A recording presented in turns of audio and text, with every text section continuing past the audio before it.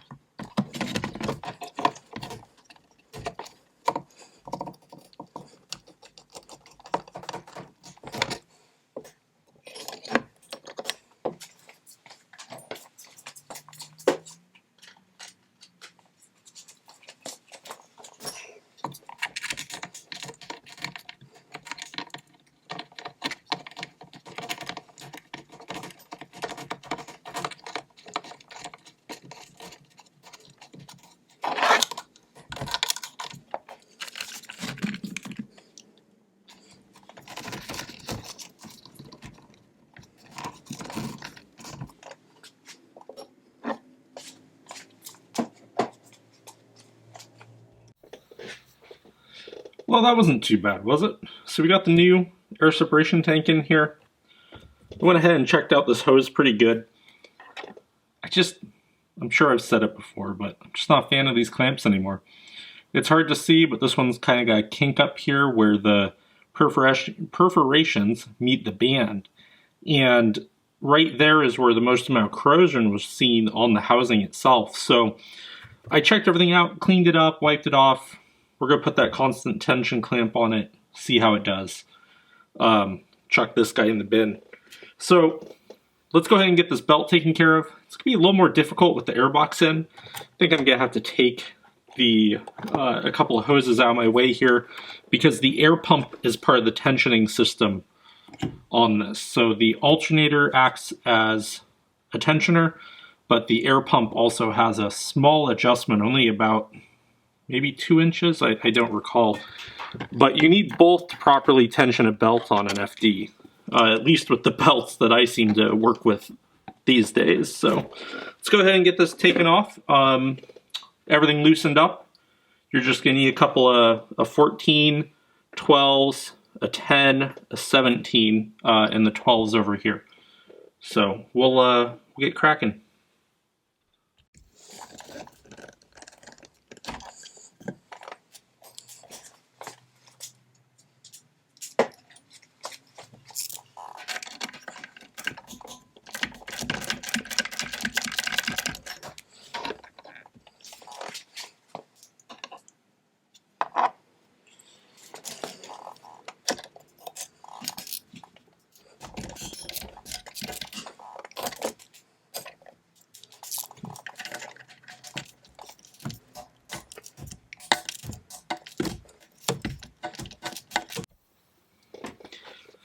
Well, we got the factory belt out of there. I think I might have forgot to turn my mic on for some of it, but that's okay.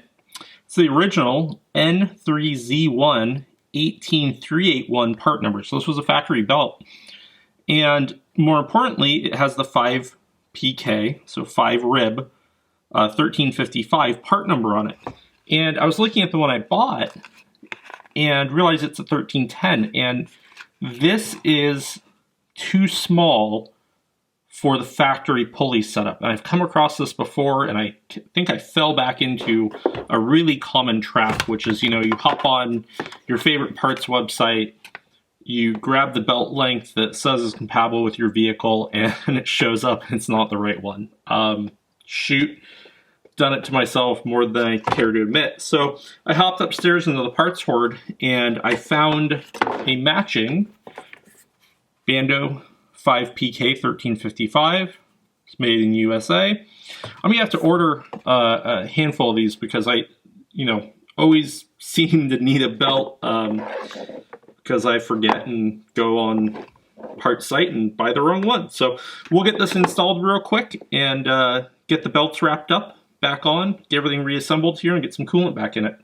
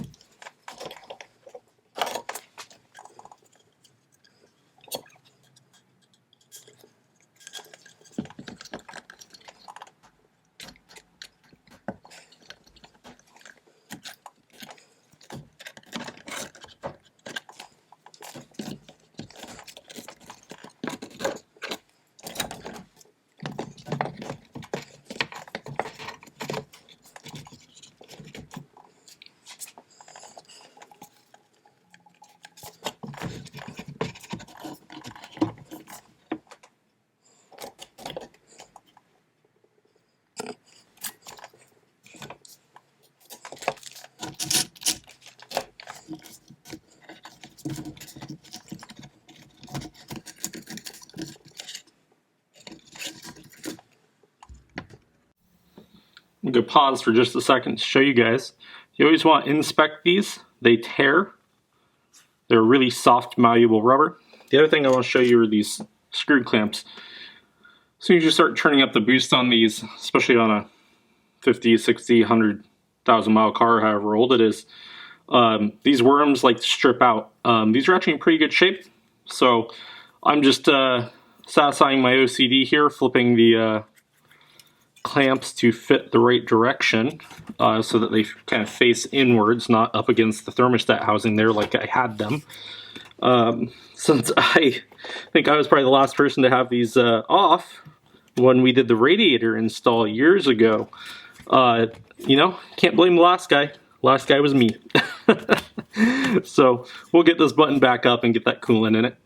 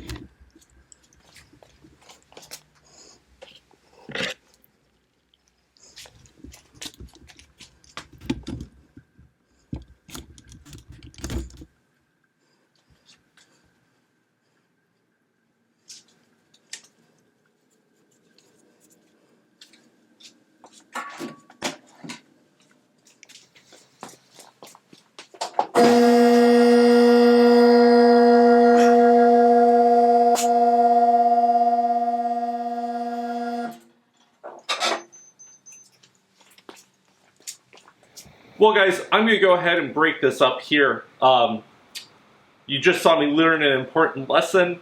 I need to finish wiring my shop. I don't have enough power out here to charge our electric car and apparently run the lights along with that inrush current of the lift motor. First world problems.